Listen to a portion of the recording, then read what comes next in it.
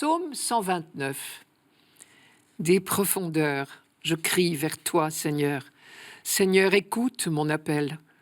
Que ton oreille se fasse attentive au cri de ma prière. Si tu retiens les fautes, Seigneur, Seigneur, qui subsistera? Mais près de toi se trouve le pardon pour que l'homme te craigne. J'espère le Seigneur de toute mon âme, je l'espère et j'attends sa parole. Mon âme attend le Seigneur, plus qu'un veilleur ne guette l'aurore. Oui, près du Seigneur est l'amour, près de lui abonde le rachat. C'est lui qui rachètera Israël de toutes ses fautes.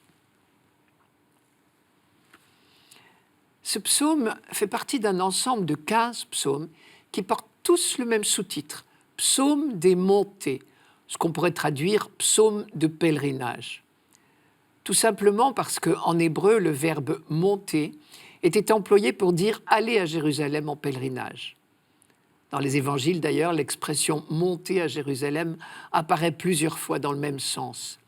Elle évoque le pèlerinage pour les 3 fêtes annuelles et en particulier la plus importante d'entre elles, la fête des tentes. Et ceux qui connaissent la région de Jérusalem, qui ont cette chance, comprennent tout de suite. Jérusalem est à 800 mètres d'altitude à peu près, Jéricho à moins 300 mètres. On peut réellement parler d'une montée. Encore que bien sûr le sens soit encore plus spirituel que géographique. Le psaume 129 est donc l'un des cantiques des montées. Il semble évoquer un sacrifice de réparation qui devait être offert pendant la fête des tentes au cours d'une célébration pénitentielle. Et c'est pourquoi le vocabulaire de la faute et du pardon est relativement important dans ce psaume. Le pécheur qui parle ici et qui supplie, sûr déjà d'être pardonné, c'est le peuple d'Israël qui reconnaît à la fois l'infinie bonté de Dieu et l'incapacité foncière de l'homme à répondre à l'alliance. Ces infidélités répétées à l'alliance sont vécues comme une véritable mort spirituelle. Des profondeurs, je crie vers toi. Mais ce cri s'adresse à celui dont l'être même est le pardon. C'est le sens de l'expression « près de toi se trouve le pardon ».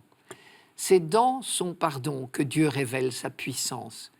Dieu est amour et il est don, c'est la même chose. Et le pardon n'est pas autre chose que le don, c'est le don par-delà, le don parfait, parachevé. Pardonner, c'est continuer à proposer une alliance, un avenir possible, au-delà des infidélités de l'autre. On sait que cette faculté de pardon de Dieu est l'une des grandes découvertes de Moïse. C'est dans le livre de l'Exode que l'on entend cette magnifique définition du Dieu de tendresse et de pitié, lent à la colère et plein d'amour. Et les prophètes ont répercuté cette bonne nouvelle chaque fois qu'il fallait rendre l'espérance au peuple. Rappelez-vous Michée, par exemple. À quel Dieu te comparer, toi qui ôtes le péché, toi qui passes sur les révoltes? Pour l'amour du reste d'Israël, son patrimoine, loin de s'obstiner dans sa colère, lui, il se plaît à faire grâce. Près de toi se trouve le pardon pour que l'homme te craigne. Cette formule très ramassée dit quelle doit être l'attitude du croyant face à ce Dieu qui n'est que don et pardon, la crainte de Dieu. Ce n'est pas la crainte du châtiment, au contraire. Toute la pédagogie de Dieu au long de l'histoire biblique cherche à nous libérer de toute peur. La crainte de Dieu au sens biblique, c'est une adoration pleine d'émerveillement devant la toute-puissance de Dieu, faite seulement d'amour et de pardon.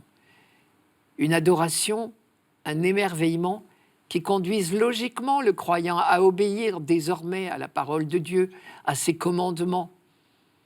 La crainte de Dieu n'est donc pas de la crainte au sens de la peur, mais une adoration confiante qui conduit à l'obéissance.